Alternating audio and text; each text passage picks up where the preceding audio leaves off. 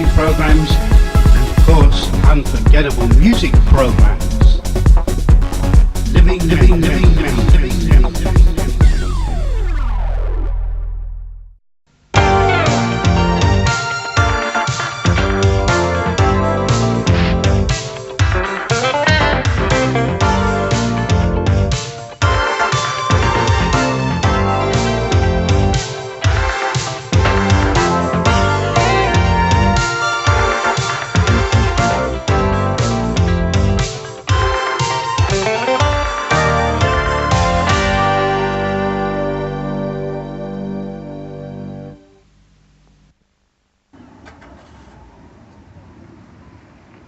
Hi, I'm Kevin Kane from Devonair Radio, and I'd like to introduce you to some of the items we filmed here in the West Country for Teenzone. Each one of the clips was filmed by a different local camera crew under the direction of the programme makers. The first item you're about to see was filmed right here in Lyme Regis on Sunday, March the 15th, and fits under our heading of hobbies and obsessions. Now, everybody has a hobby. I like hang gliding, windsurfing, a bit of water skiing and snow skiing, but take a look at this.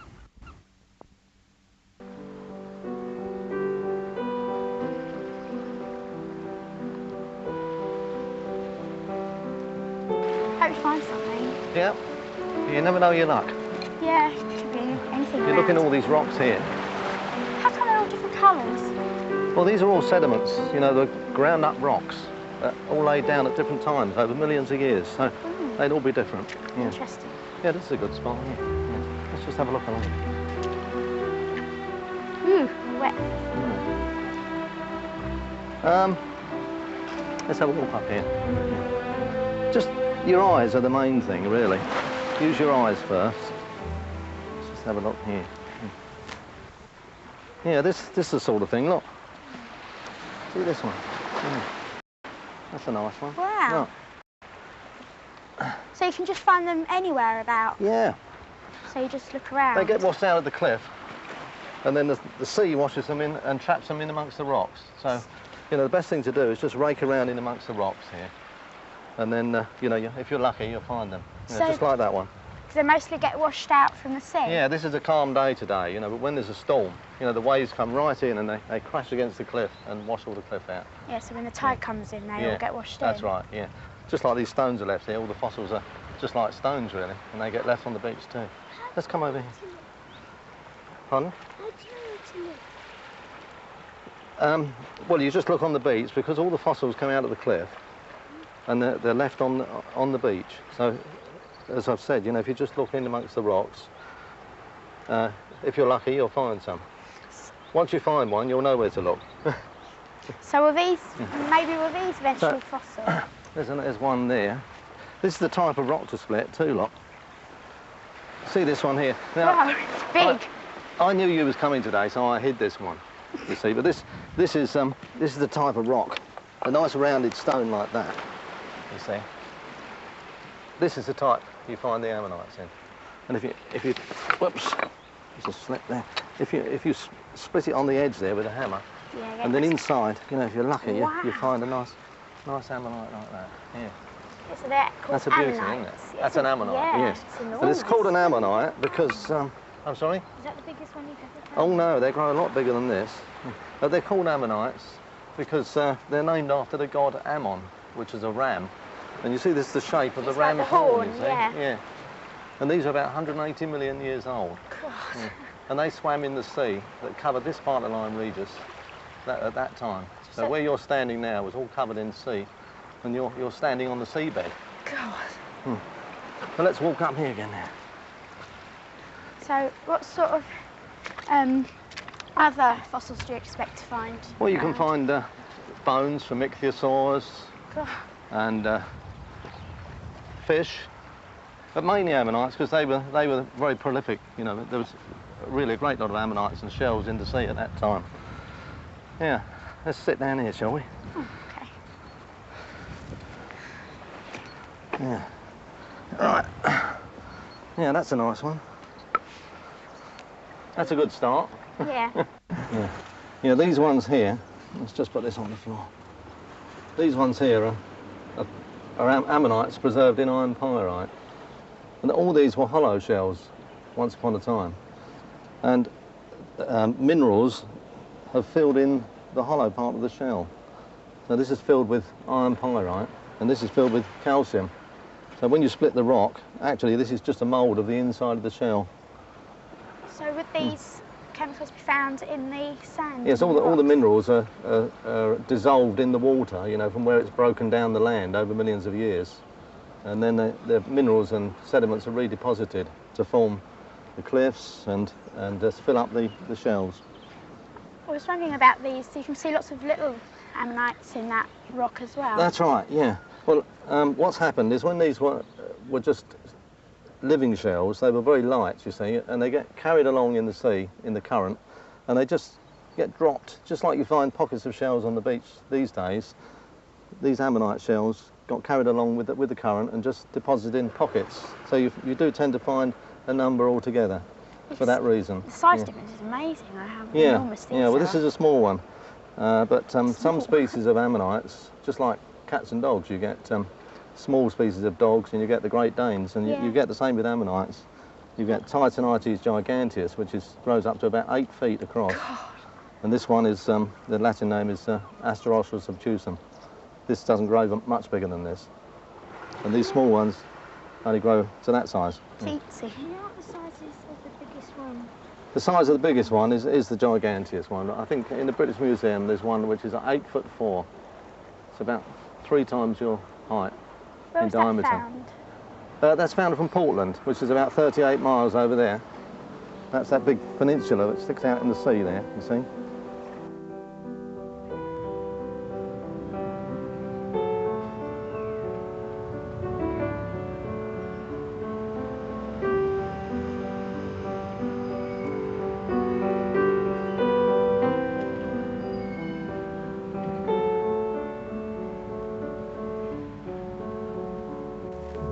Wow, look at them. Loads of different colours.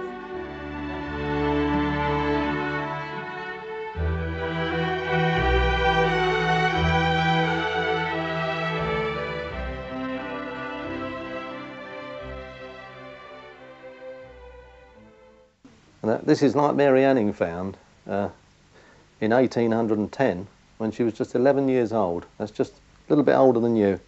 And in her ichthyosaurus, what she found was about 30 feet long. It's much bigger than this. And she revolutionised the science of geology at just 11 years old at that time by discovering the ichthyosaurus. But before that time, people thought that these were just crocodiles, and they didn't realise they were as old as they really were.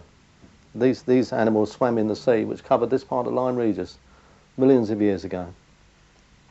Do you know who actually found this? Yeah, I found this one, yeah, in the mudslip down at Blackven. Mary Anning has found several ichthyosaurs, and they're in the British Museum. If you go to the British Museum of Natural History, they're on the wall, you know. Some lovely specimens here. Oh, let's have a look at this. God, look at that. That's nice. Loads of different colours. Look over there, come on. I mean, you've got some beautifully coloured things behind you there. What's inside that rock? Glenn? This one. Oh, that's an interesting one, that one. This is a stone off the beach. And it's quite interesting because it shows how the sedimentary rock was laid down in layers like this. And when you split the rock down there, you open up the pages of the book, just like that, you see, and you find the fossils inside. It's just luck what you find in there. You don't really know what's in there to start with. Did you find it? Yes, I found this one, yeah. And if you're really lucky, you might find they'll come out like that. Oh, yeah. Yeah. They leave sort of an imprint. That's on right, both yes. sides of This the is rock. this is really the original shell, and this is the mineral which is filled in the shell. Yeah. You generally throw the shell away and keep the mould. Did you find this down on the beach? Along the beach, yes, between here and Jarmouth. Yeah, that's a nice, interesting one. That one. Do you actually collect fossils? Sorry. Do you collect them? Yeah, these are the ones you mainly find. They're called ammonites, like the small ones you found this morning. Yeah. Only these are just preserved different. Yeah. Fish needs the colours. Different colours. Anything else you'd like to see there? Oh, look at that fish. Yeah, that's another nice one. Do you remember we found a nice rounded stone this morning like this? This is another similar rounded stone called a nodule. And in this one, it's not an ammonite, it's a fish. Oh. Turn him up the right way. Looks dead the other way up. Yeah, what happened here? Oh, that's the interesting part about this one. This was a bite, probably a bite, from a plesiosaur that swam along and grabbed the fish, and that's probably what killed it in the first place. What was the fish's actual name? This is called a Dipedium polytum, that's the Latin name. And this probably swam in the sea right where you're standing now, which is quite interesting, isn't it? Did they used to be sea here? All this used to be sea 180 million years ago, yeah. And swimming through here was reptiles and fish and ammonites. So we could have fossils right beneath our feet. That's right, now. yes, all the ground below you is full of fossils, just like this. They're all remains of the seabed. As the animals in the sea died, they all fell into the mud at the bottom of the sea, and they were gradually covered over millions of years by layers and layers of sediments. And they were trapped inside like that. And when you split the rock today, it's just like opening the pages of a book. You're finding the fossils, and when you find something like that or like this, you're the first person ever to see that, which is quite exciting.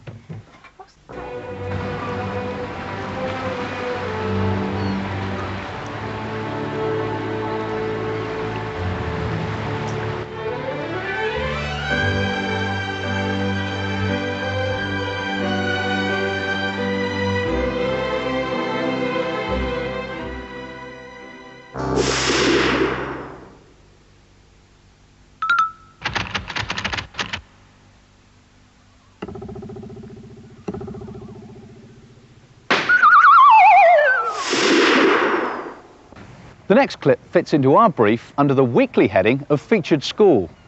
This week it's Colleton Grammar. Take a group of enthusiastic teenagers and a cause. And what do you get? Magic.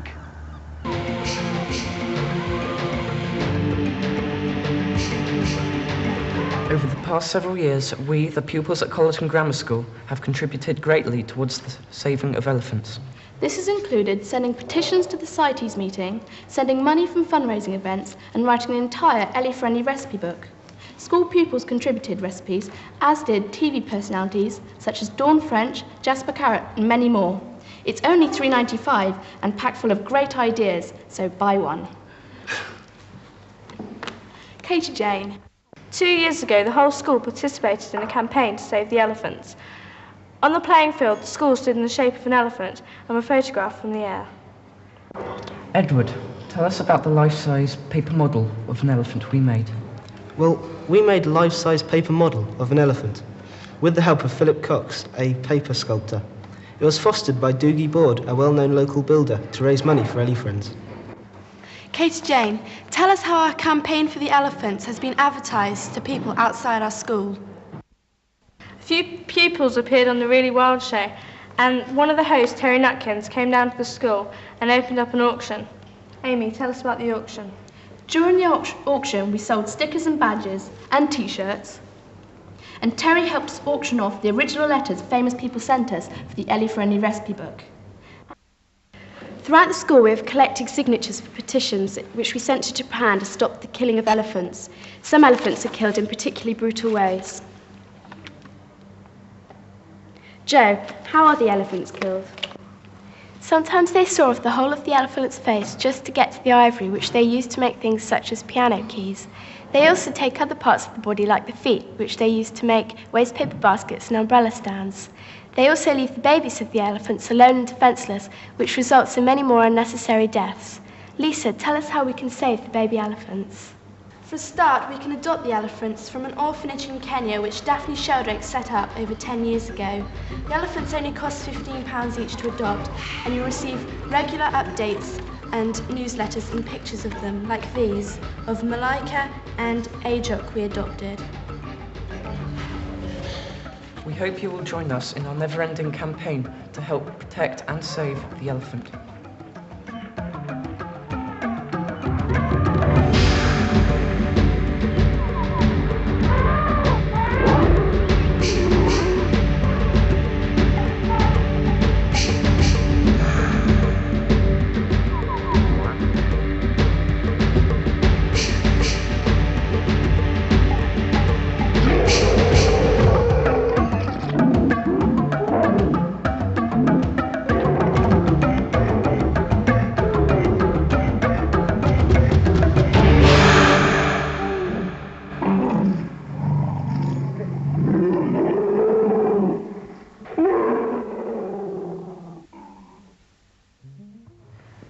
With the success of the Ellie-friendly recipe book, we decided to embark upon a new project, being Diary 93. The diary contains information and drawings of places, events, architecture and wildlife of a 20-mile radius from our school. To start with, we needed to get sponsors to help finance the publication of the diary, mainly local firms and companies. This is our totaliser to show how much we've so far received. In the autumn term, we started collecting various sketches. These are some of the illustrations produced by all years in the school. We then had to design the page layouts and began by sketching down rough ideas. This is our final design. The front cover will be finally designed by Andy Jones, a professional graphic designer who produced the cover for the Ellie-friendly recipe book. He has given us constant support throughout our project. We'll be using half the money raised by the book to fund a new pottery and ceramics section for the school's art department. The other half will go towards the Devon Wildlife Trust. The diary will be sent to the publishers in 3 weeks' time and will be on sale in school and local bookshops from June, priced £4.95.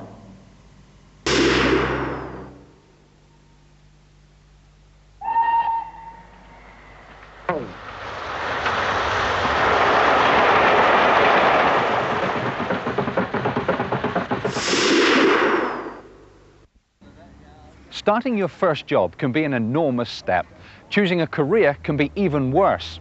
It can only be a good idea to give it a try. Would you like to be an animator? Alice and Justin went along to King Rollo Films in Honiton to find out what it's all about. Hello. Welcome to King Rollo Films. Hello, Justin. Come and sit down and we'll tell you all about animation. Thank you. What we'll do to start with is just show you something we're working on at the moment, and our project we're currently working on is this character called Rick. Let's just have a look at a bit of finished film and then you can see how it ends up. Okay.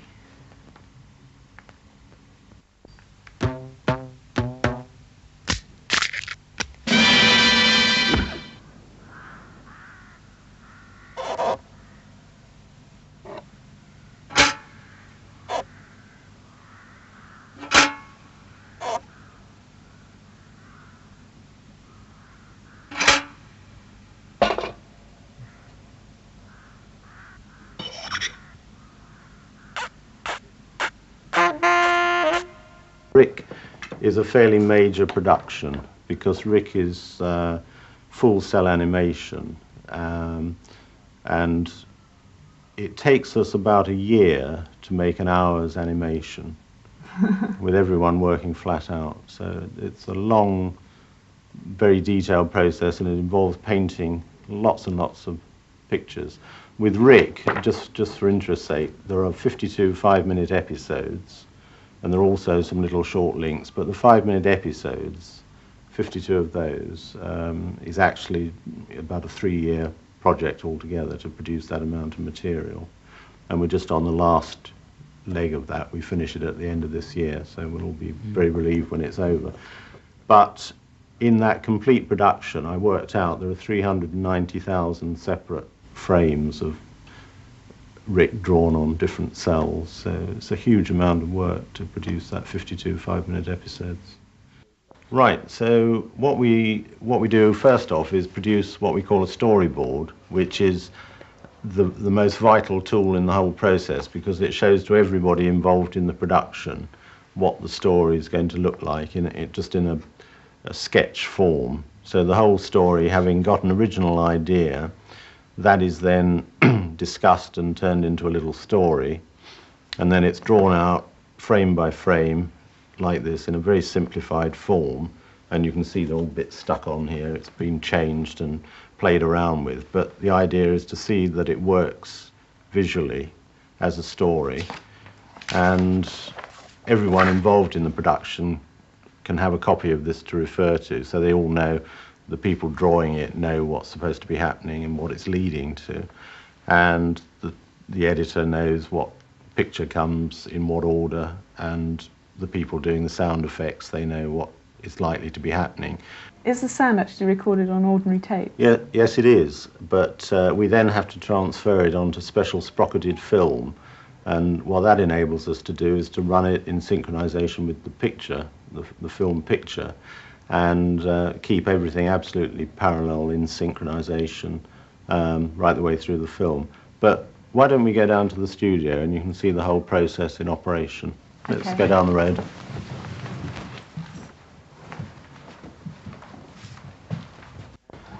Come on in.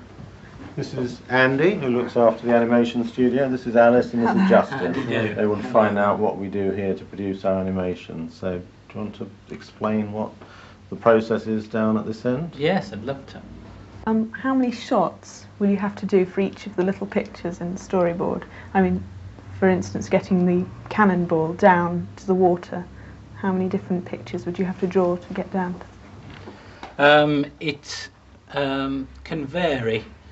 The pace of the cannonball in this scene has been worked out from the scene before, where Rick actually throws it over the side, but it links in with these action sheets, and Leo and I felt that it should be 11 pictures constituting 22 frames, which is very nearly a second's worth of film for the cannonball to carry through. But most of the timings are really felt under camera. We draw it, and then you'll really get a better feeling of the movement and how long things take. It's just a matter of experience, trial and error. And we have a line tester through in the other room where we can confirm that our feelings about the movement are right. How long would that take, in sort of weeks or days or whatever, working out? Well, we roughly work off the animation. We try and get out 30 good drawings a day. This multiplies up between the number of animators as to how many weeks a 5-minute program is going to take. Those 30 drawings then have to be cleaned up by assistant animators. They're generally in just a rough form. If I can show you here, I've got that scene 18, and here's the cannonball is just a rough line going through. As you can see, there's a fade through its path. This is the splash. It's down in the bottom corner here with the drawings working up, coming through and expanding into this delightful little splash. And this is Rick walking along at the top, and the drawings are quite sketchy. It's not perfectly drawn out, although everything is there on the character.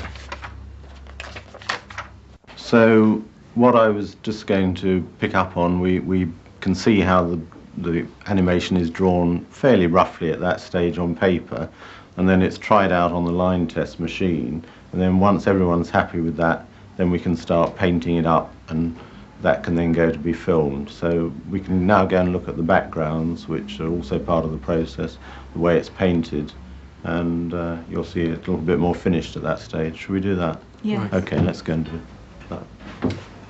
Do you use any special paint for the backgrounds?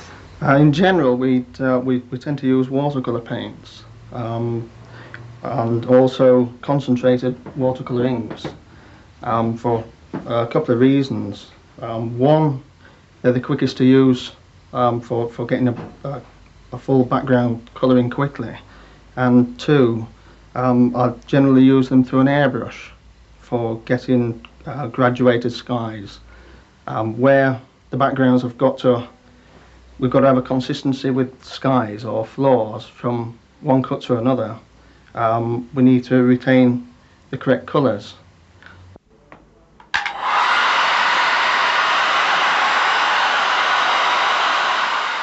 Right, we're now in the camera room where the finished work is brought, and this is Nick, the cameraman.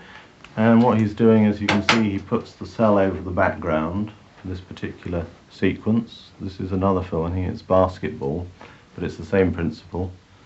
Puts that figure over the background, takes a couple of frames, and then whips it off and puts the next one on. And it's just a laborious process like that of filming literally still pictures. It's almost like having a still camera, taking individual pictures, and in each one the character is moving very slightly, and eventually that builds up and gives you the feeling of movement when it's played at speed through a projector.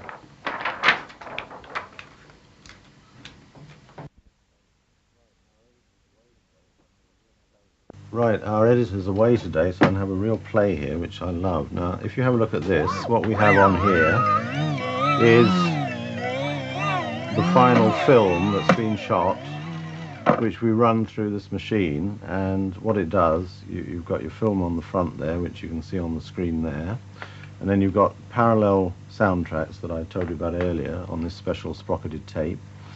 The front one in this case happens to be music, and then on this one we've got some sound effects. And what you do, you edit the picture together by just assembling it in simple cutter like that, which is joined with sellotape.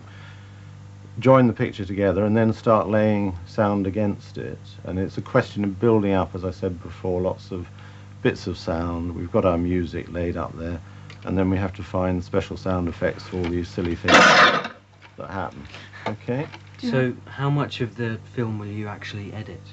Well, most of what we shoot is shot very tightly because we don't have a lot of waste. We know beforehand exactly what the scenes are going to be, so we just shoot simply the action we need, and there are a few little bits of waste at either end of the shot, but basically what's shot in the camera is exactly what ends up on the screen. But we do have to assemble shot by shot, just put the various shots together and try it and get it so it's exactly the right length at the end, which in this case is 5 minutes.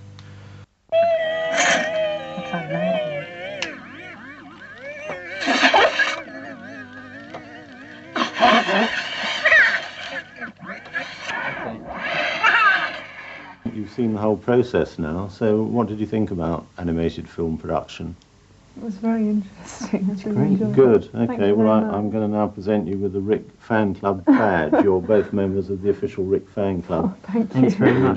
Let's have a look at some Rick film now, the finished film.